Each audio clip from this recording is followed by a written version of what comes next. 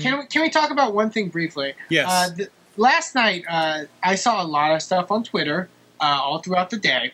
And the thing I would keep posting to people is a article that's from a website called themandibleclaw.wordpress.com. It's from a couple months ago, called "The Last Conversation We Ever Need to Have About Chris Benoit." Yes. And if you ever think about having a discussion about Chris Benoit, read that over and just stop. Like, seriously, stop. Because we need to stop talking about him. Seriously. You can admire the fact that he was a great professional wrestler. You can learn a lot from his matches. You can, think fondly of when you watched him wrestle. That's fine.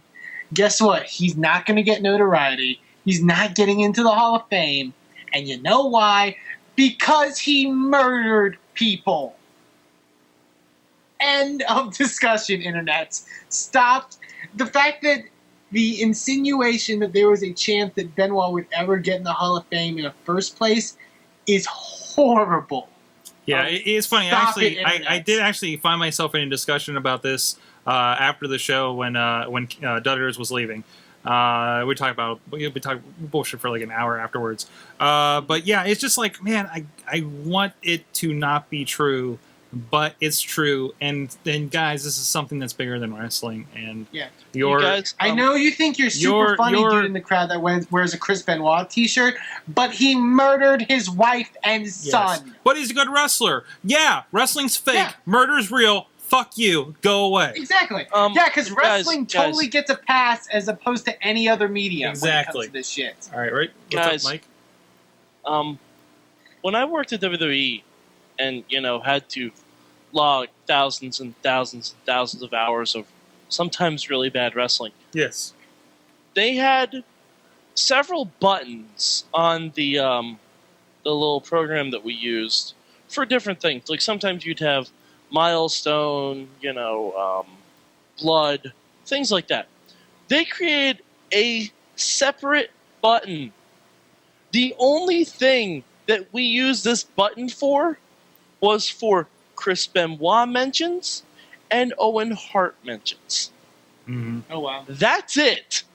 Mm-hmm. There was a single button in the program for the entire recorded history of everything WWE owns in order to flag where Chris Benoit is mentioned, said, seen, everything.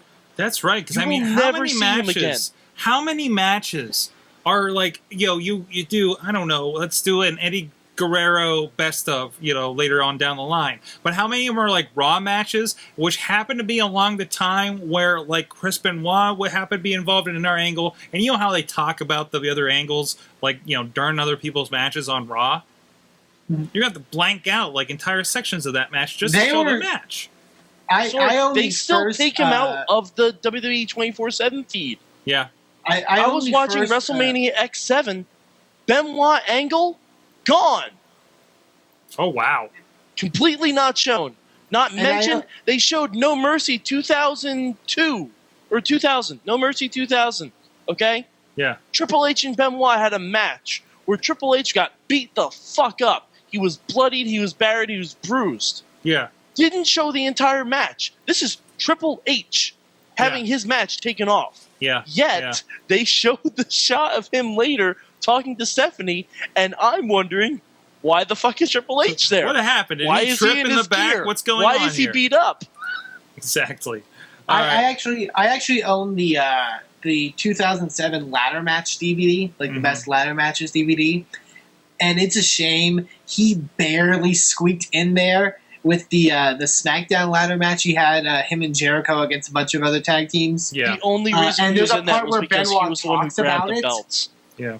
Yeah. There's a part where Benoit talks about it in the DVD, and it barely skated by from when the incident happened. Mm-hmm. But yeah, seriously, people, wrestling gets wrestling doesn't deserve a pass just like any other medium when it comes to this stuff. The dude murdered people. Stop it. Exactly. Yep. Hey. All that being said, I still enjoy the Naked Gun movies. Yes. Yeah, I mean, you can enjoy I.